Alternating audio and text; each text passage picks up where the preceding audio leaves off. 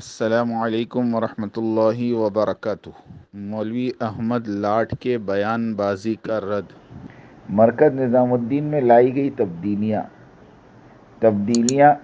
پہلی بات مشورے میں علماء کرام کی کوئی حیثیت نہیں تھی۔ سارے امور پروفیسرز، ڈاکٹرز، تجار ہی کے مشورے سے طے پاتی تھی۔ تبدیلی: علماء کرام سے مشورے لیے جانے لگے۔ حیات الصحابہ کی تعلیم دنیا بھر میں علماء کرنے لگے۔ علاقے میں عالم صاحب نہیں ہے تو دور دراز سے عالم صاحب کو لوگ لینے جانے لگے۔ مرکز کے جملے امور اور علماء انجام دینے لگے۔ دوسری بڑی تبدیلی: دسترخوان شاہانہ طرز کا ہوتا تھا، سادگی پر لایا گیا۔ پہلے 20 قسم کے کھانے دسترخوان پر ہوتے تھے۔ ایک طرف بڑوں کے لیے مرغن غذائیں اور دوسری طرف سادے کھانے عوام کے لیے۔ عوام دال کھا رہی ہوتی تھی اور دوسری طرف خواص مرغ اور مسلم اور چٹکھاری غذائیں کھا رہے ہوتے تھے۔ سب سسٹم ختم کیا گیا اور ایک جیسا کھانا سب کے لیے لگنے لگا۔ تیسری تبدیلی: مرکز نظام الدین میں جو اوپر والا طبقہ تھا ان میں گنتی کے چند علماء تھے اور کچھ پروفیسرز اور انجینئر حضرات۔ یہی حضرات دنیا بھر میں مرکز نظام الدین سے مشورے سے بھیجے جاتے تھے اور ان کا بہت چرچا تھا دنیا بھر میں۔ تقریباً 40-50 سال سے تبلیغ میں انہی کا سکہ چلتا تھا۔ چوتھی تبدیلی: نظام الدین کے مشورے والوں نے سوچا کہ ہمارے یہاں تو سینکڑوں ایسے ساتھی ہیں جنہیں ملکوں میں بھیجا جا سکتا ہے، تو حسب مشورہ نئے نئے ساتھیوں کو بھیجا جانے لگا اور معروف اور مشہور 6-7 بزرگوں سے کہا گیا کہ آپ نے خوب سفر کر لیا، اب آرام کریں اور مرکز میں بیٹھ کر آنے والوں کی تربیت فرمائیں۔ پانچویں تبدیلی: پہلے دور میں ہر کام کی ایک جماعت بنی ہوئی تھی۔ مثلاً ایک جماعت بیرون ہند جانے والوں کا تفقد کرنے والی تھی کہ کسے بھیجا جائے۔ اس جماعت میں 4-5 ساتھی ہوتے تھے اور یہ ساتھی ایک ہی قوم کے تھے۔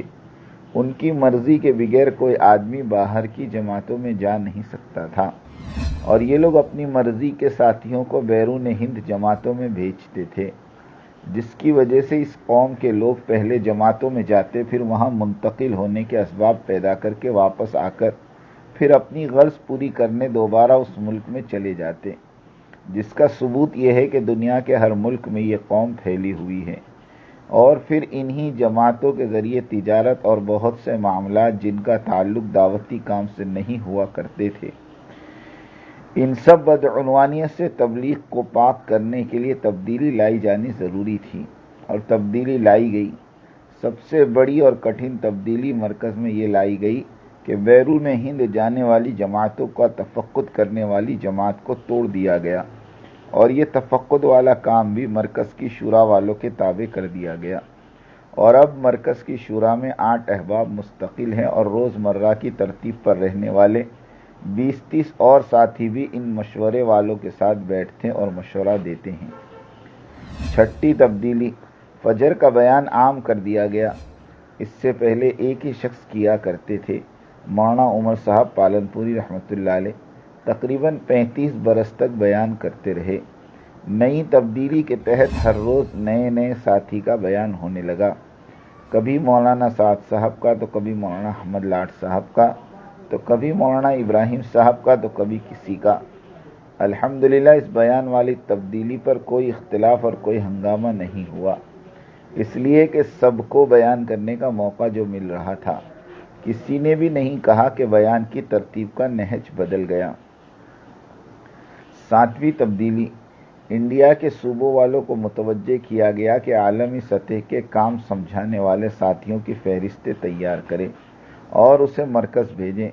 سبحان اللہ، اس ایک آواز پر 200 سے زائد حضرات کے ناموں کی فہرست وصول ہوئی، جن میں بڑی تعداد مفتیان کرام اور علماء کرام کی ہے۔ مشورے سے ان ساتھیوں کو ملکوں میں بھیجا جانے لگا۔ ملک والے نئے چہرے دیکھ کر حیران، ان پرانے حضرات کو فون کرتے کہ بھائی آپ لوگ کیوں نہیں تشریف لائیں، تو یہ کہتے کہ بھائی کیا کریں، کام کا وہ نہج باقی نہ رہا جو پہلے تھا۔ ساتھیوں کی کثرت کی وجہ سے ایک ہی وقت میں متعدد اجتماعات منعقد کیے جا رہے ہیں۔ پہلے یہ 6-7 حضرات کے وقت میں ایک ہی اجتماع ہوا کرتا تھا، جس کی وجہ سے ان 6-7 حضرات کی ڈائریاں 3-3 سال تک بک ہوئی ہوتی تھی اور یہ لوگ کسی دوسرے کو ابھرنے نہیں دیتے تھے، جس کی وجہ سے ہزاروں ساتھی ضائع ہوئے، یعنی تبلیغ کو لمیٹڈ کمپنی بنا رکھا تھا۔ 8ویں تبدیلی، موجودہ مشورے والوں نے یہ بھی طے کر دیا کہ سفر خرچ اب مرکز سے نہیں دیا جائے گا، جانے والے اپنا انتظام خود کر لیں۔ اب ہر آدمی اپنی جان اور اپنا مال والی صحابہ والی ترتیب پر آ گیا۔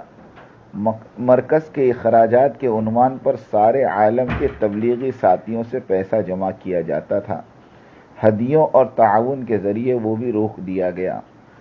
مرکز سے ٹکٹ خریدے جاتے تو ٹریول ایجنسیوں سے لاکھوں کا بزنس چلتا تھا، جس کا کمیشن وغیرہ بھی ہاتھ سے گیا، اس لیے کہ لوگ اپنا ٹکٹ اپنے علاقے سے خریدنے لگے، یعنی مسلسل طور پر ایک کے بعد ایک رگڑا نفس پر لگتا رہا اور اغراض کو اخلاص میں متغیر کرنے کی مساعی مرکز کی طرف سے ہوتی رہی۔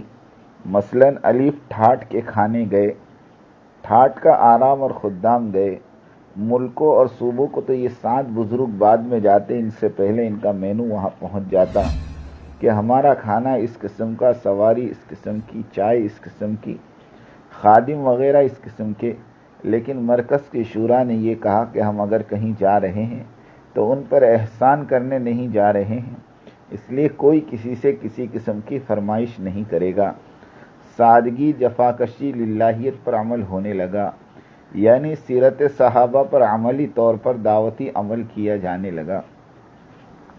بیانات، کارگزاری، ہدایات، عربوں میں ترجمہ، ان کی تعلیم، دعا، برسوں سے یہی معروف بزرگ ان کاموں کو انجام دیتے رہے، لیکن ان سب کام مشورے کے تابع ہیں، اس لیے سب کو موقع مل جاتا ہے، سب استعمال ہوتے ہیں۔ گویا کہ معروف شخصیتی عام علماء کی طرح ہو کر رہ گئی۔ اگر بصیرت بھری نگاہ سے دیکھیں تو اس ترتیب جدید میں ان 6-7 پرانوں کی ترقی ہی ترقی چھپی ہوئی تھی، مگر نفس اور انا کا کیا کریں؟ یہی اسباب شورائیت کے بزرگوں کو مرکز چھوڑنے کی وجہ بنی۔ شورائیت کی 3 خرابیاں۔ پہلی خرابی یہ کہ یہ غیر اسلامی تحریک ہے، اس کا نظام اور منشور 100% کمیونزم پر مبنی ہے۔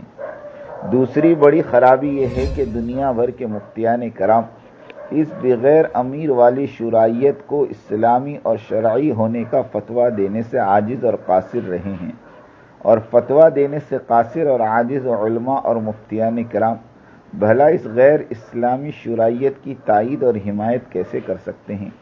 یہ معاملہ ایسا ہی ہے جیسا ایمان اور کفر کی تائید اور حمایت کرے۔ شورائیت والے سراسر جھوٹ بولتے ہیں، کوئی بھی عالم ان کے ساتھ ہرگز نہیں ہے۔ دارالعلوم کے مفتی ابوالقاسم صاحب مولانا ارشد مدنی صاحب نے تو کئی دفعہ فرما چکے ہیں کہ وہ غیر جانبدار ہیں۔ اس بات کی ویڈیو دنیا بھر کے مسلمانوں نے سنی ہے۔ جانتے بوجھتے شورائیت کی حمایت کرنا بیجا جسارت اور حماقت کے سوا کچھ نہیں، ورنہ حمایت کرنے والوں کا عمل تعاونوا علی الاثم والعدوان کے مترادف ہو کر ایسا کرنے والے کافرانہ اور ظالمانہ عمل کے مرتکب کہلائیں گے۔ تیسری خرابی یہ ہے کہ شورائیت کے نام سے لوگ دور بھاگتے ہیں۔ اس سے بڑھ کر سچی بات کیا ہو سکتی ہے کہ مارچ 2019 کے رائے ونڈ کے مشورے میں جب مولانا نذر الرحمن صاحب مدظلہ نے مولانا ابراہیم صاحب دیولہ دامت برکاتہم سے پوچھا کہ تمہاری عالمی شورا کی گرفت تمہارے ملک ہندوستان میں کتنی مضبوط ہے، تو بمبئی والے مولوی عبدالرحمن رویانہ نے بڑھ چڑھ کر، جیسا کہ شورائیوں کی عادت ہے کہ چند علاقوں کو چھوڑ کر سارے ملک پر شورائیت چھائی ہوئی ہے، تو مولانا ابراہیم صاحب غصہ ہوئے اور فرمایا کہ بھئی کارگزاری امانت ہوتی ہے، صحیح صحیح سناؤ ورنہ چپ بیٹھے رہو۔ یہ کہہ کر مولانا ابراہیم صاحب نے فرمایا کہ بات تو یہ ہے کہ سارا ہندوستان ہمارے ہاتھوں سے نکل چکا ہے، اس لیے ہم ملکوں کی خاک چھانتے پھر رہے ہیں تاکہ ہمیں کہیں ٹھکانہ مل جائے۔ امت کا سواد اعظم امارت اور مرکز نظام الدین کے ساتھ جڑا ہوا ہے۔ اجتماعات لاکھوں کی حد سے متجاوز ہو کر کروڑوں کی حد تک پہنچ چکے ہیں۔ عوام جوک در جوک چلے آتے ہیں، نہ عوام کو وضاحتی بیان سنانا پڑتا ہے اور نہ ہی جھوٹ و بہتان بیان کرنا پڑتا ہے۔ البتہ شرائعت سے لوگ دور بھاگتے ہیں۔ ایک بلیک برن کے نوجوان سے پوچھا گیا کہ تمہارا وقت کہاں لگتا ہے، تو اس نے کہا 2 ٹاؤن میں، ایک بولٹن یا پریسٹن میں، اس لیے کہ ہم شورا والوں کے پاس تیسرا شہر ہے ہی نہیں۔ اللہ تعالیٰ امارت کے تابع ہو کر چلنے کی توفیق عطا فرمائے، جو عین دین ہے، اور غلط راستوں سے بچائے جو نفس اور شیطان کی طرف لے جاتے ہیں۔ آمین۔